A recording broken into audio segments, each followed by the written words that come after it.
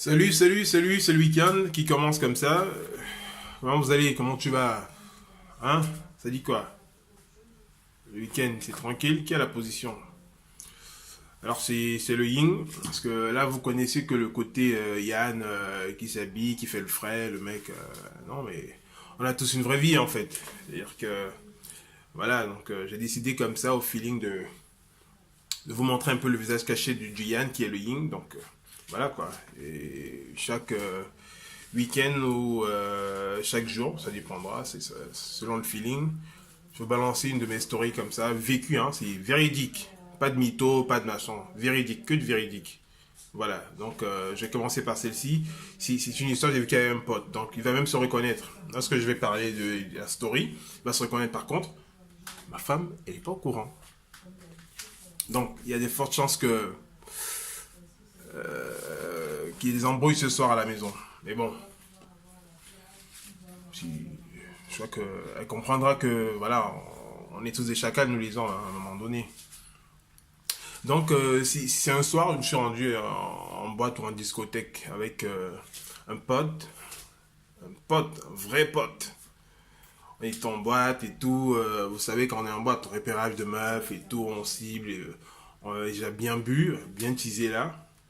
Du coup, on repère une meuf, ou une bande, non, c'était une bande de meufs, ouais, c'était une bande de meufs.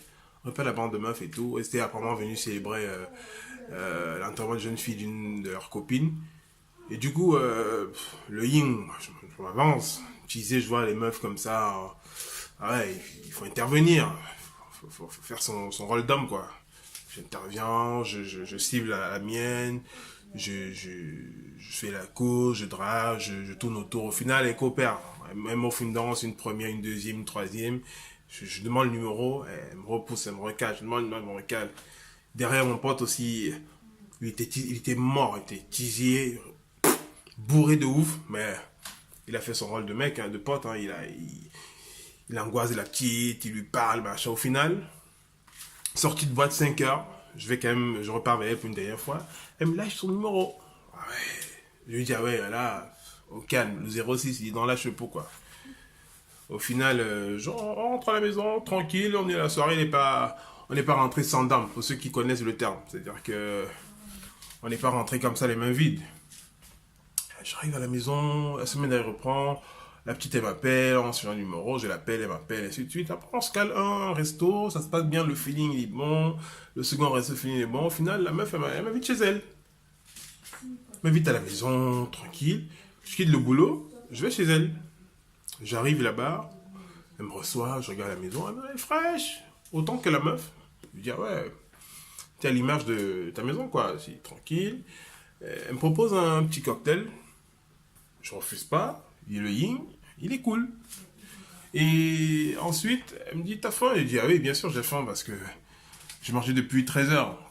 Là, il est pratiquement 19 heures. C'est vrai que je commence à avoir faim. Elle me dit, ah ouais, j'ai pas à préparer. Du coup, elle fait un petit truc là, pour ceux qui connaissent, moi qui suis un blédard. Bon, c'était les pâtes à la carbonara. C'est-à-dire que les pâtes avec la crème fraîche et un peu de gruyère dessus. Je dis, bon, j'ai faim. Étant donné qu'il faut faire plaisir à la meuf, ça c'est d'une. Et de deux, l'homme est comme le porc, hein, il mange tout, à la seule différence que le porc vomit. Donc, je mange la chop, je chop ça, je chop. Et du coup, je commence à avoir mal au bide. Petite douleur, ça monte et tout. Je dis, mais c'est quoi ça? J'ai faim, mais c'est quoi? C'est pas bien fait, c'est quoi? Je force quand même parce que si tu termines pas, c'est vu que genre, c'est pas top. Je mange, je termine, je vais m'installer dans le canapé, je commence à prendre le jus, mais la douleur elle persiste et elle est croissante. Je commence à me plier en quatre, je fais des faux mouvements et tout. La meuf, comme elle était à cheval entre sa chambre et le salon, je sais pas ce qu'elle faisait, sans doute elle rangeait son bordel et tout. De temps en temps, elle sort, elle me demande le yin, ça va? Je lui dis, oui, ça va. Ça va? Je lui dis, oui, ça va. Mais sur le visage, tu sais, nous les hommes, on supporte pas trop la douleur du ventre, hein, le mal de ventre. Donc, je t'ai plié, machin. À un moment donné, la petite sueur. Tu connais cette sueur, là? La petite sueur et tout, quand tu as mal et tout, ça sort dans le dos, sous le front, là. T'es plié, ça commence à monter, je commence à transpirer, alors que On était vers décembre, janvier, par là. Hein. C'est-à-dire qu'en principe, tu dois avoir froid. Je reste tranquille. À un moment donné, elle me dit, elle revient pour une énième fois. Elle me dit, ça va? Je dis, ça va. Elle retourne dans sa chambre. Et lorsqu'elle retourne, quelques 2-3 minutes après, je débarque dans la chambre avec une vitesse. Elle lui demande, c'est où les chiottes? Même sans frapper, hein. C'est où les chiottes? C'est où les chiottes? Elle me dit, non, c'est juste sur le côté. Lorsque je rentre là-bas, d'une force, j'ai lâché la sauce. Mais alors, je te dis pas, ah ouais, j'ai lâché le bordel. Frappe! D'un coup, hein. D'un coup, pas de deux, d'un coup. Et derrière, dans ma tête, je savais que le délit était mort. C'est-à-dire qu'une meuf qui t'invite chez elle pour une première fois, tu sais que bon, nous sommes tous des chacals, il ne faut pas faire genre. On se dit que non, d'office, on passe la night au maximum, au minimum, voilà, on va se mettre bien, au minimum. Mais au maximum, on passera la nuit. Mais là, dans ma tête, j'ai kiffé me mettre bien comme ça, en me débarrassant de tout ce qui était dans mon bide, et sachant que l'autre côté, c'était mort. Tant pis. Mais le pire, c'était l'odeur. L'odeur que j'avais laissée dans les chiottes, c'était infernal. C'est-à-dire, même moi, quand je me suis retourné comme ça pour regarder le bordel que j'avais laissé dans le pot, j'ai dit non, ça, ça vient pas de moi, ça. C'est des bails qu'on voit dans les maisons de retraite, en fait, pour les vieux, là. J'ai dit, non, je peux pas supporter ça. Et l'odeur, j'ai beau chasser, je regarde le truc de DE, là, c'était fini aussi. J'ai dit, mais non, vrai, quand c'est ton jour, c'est ton jour, hein. C'est-à-dire même la banane pourrie te casse la dent. J'ouvre légèrement la porte pour ne pas laisser l'odeur s'échapper, je ressors. Sauf que la meuf derrière me dit, elle va aller au shot après moi. Je dis, mais non, pourquoi tu fais ça? Pourquoi tu fais ça? Elle entre, elle me dit, oh, en fait, t'avais mal au bide. Je dis, ouais, j'avais mal au bide, sauf que je sais pas comment la meuf, elle a survécu à cette odeur. Je sais pas. Bref, elle rentre dans les toilettes, elle ressort.